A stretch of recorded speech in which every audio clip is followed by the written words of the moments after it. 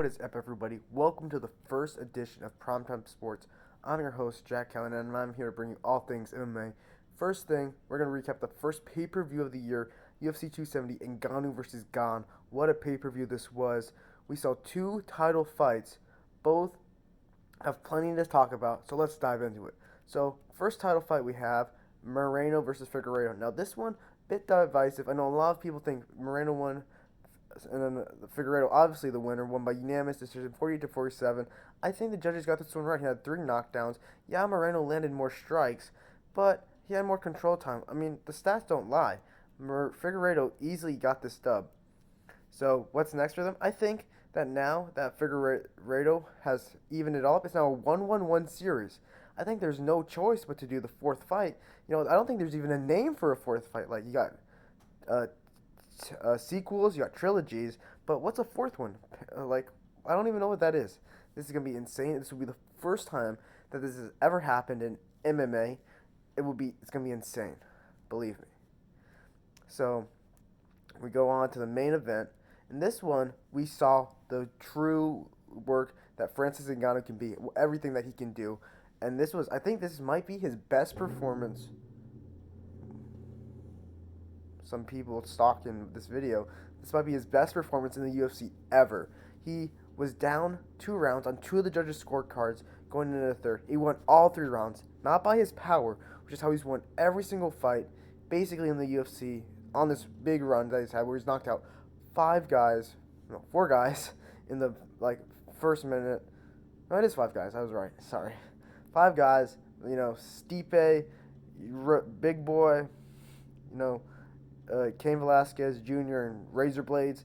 He's knocked them all out. This one, he used his wrestling ability. He got his first decision win in the UFC, 49-46, 48-47, and 48-47, winning those cards.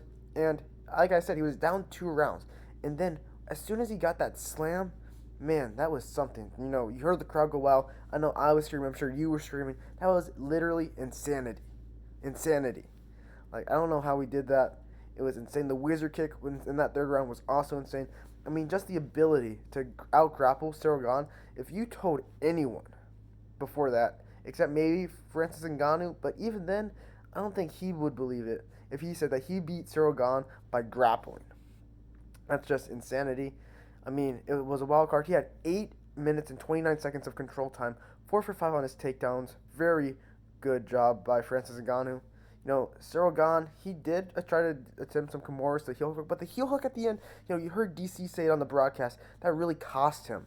If he didn't do that, he would have remained in a better position and won the round, at least on 2 of the judges' scorecards, if it remained how it was. And knowing how tired these 2 men were, I mean, these are the heaviest weights, obviously. They're extremely tired. I mean, wow, just incredible. I mean, Francis Ngannou, yeah, you expect him to get that power going, winning these early rounds, but no, he is wrestling, and that's a danger for everyone, including whoever he fights next. Now, who do you think? I personally think that it's not going to be John Jones. That would just seem wild to me. John Jones, I think that he should have to fight someone, preferably Stipe.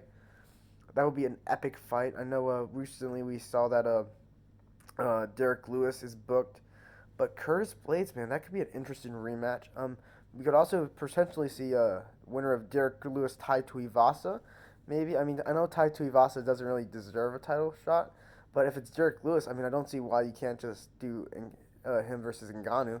Now, Cyril Gane, I think that he could fight John Jones, Stipe, and the winner of that one could fight him after Derek Lewis. But it would be a very interesting. I mean, Ngannou-Lewis, that's a very interesting matchup for those two. They're both very strong. I know strong punchers. I know at UFC, Cormier versus Miocic won. It was like a pillow fight. They threw like 10 strikes. Embarrassing. But these two, I don't think it will be the same. I mean, it's probably an easy win for Ngannou, and that's all that. But what's interesting for Ngannou is that this is the last fight on his contract, and he hasn't re-signed. Now, I haven't watched the press conference. It's going on right now, but Dana White. We'll find out what he says at the press conference, and as you're watching this, you'll know more than I do. But Ngannou, if he resigns, he doesn't have to. If he doesn't resign, his contract keeps going till the end of the year, and that means that there won't be a heavyweight title shot until the end of the year, which could be potentially that's a long ass time. First of all, now if he lost, he wouldn't have been resigned. But he says he wants that $1 million number, which is fascinating because, that's like Conor McGregor type numbers. And like for instance, Ngannou, no offense to him, he's not Conor McGregor. He can be, he has the knockout power. He's like the Mike Tyson of the UFC. But I mean, honestly, he's not Conor McGregor. So we'll see what the UFC does. Will they resign him? I think they should. I hope they do because I mean, honestly, next week's the Bellator Heavyweight Championship, and frankly, I don't think these guys would not be top 10 UFC heavyweight fighters. On Fight Matrix, he's ranked like 8th. Ryan Bader is, and Valentine, I don't even know what his last name is, but the interim champion for Bellator. I think that they would easily, Francis Ngannou, Cyril Gane, these guys would whip their ass. So good. Cyril Gane,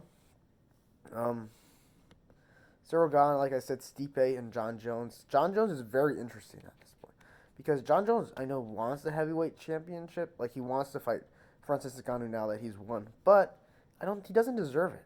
Like he hasn't fought since before COVID, like in 2020, like in UFC 247. That's gonna be like 2.5 years between the next time he fights because at this point they're like booked all up till like May, and so like Ngannou's, he has like 2 torn ACLs, which makes it even more crazy of how he fought. That hasn't even sunk in for me yet. Like Joe Rogan just said that in the interview, insane. I can't believe he did that.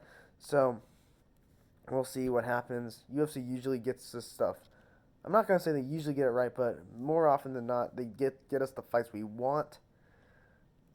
Awesome. I'll talk to you guys next time after UFC 271. Adesanya Whitaker. See you guys later. Have a great night.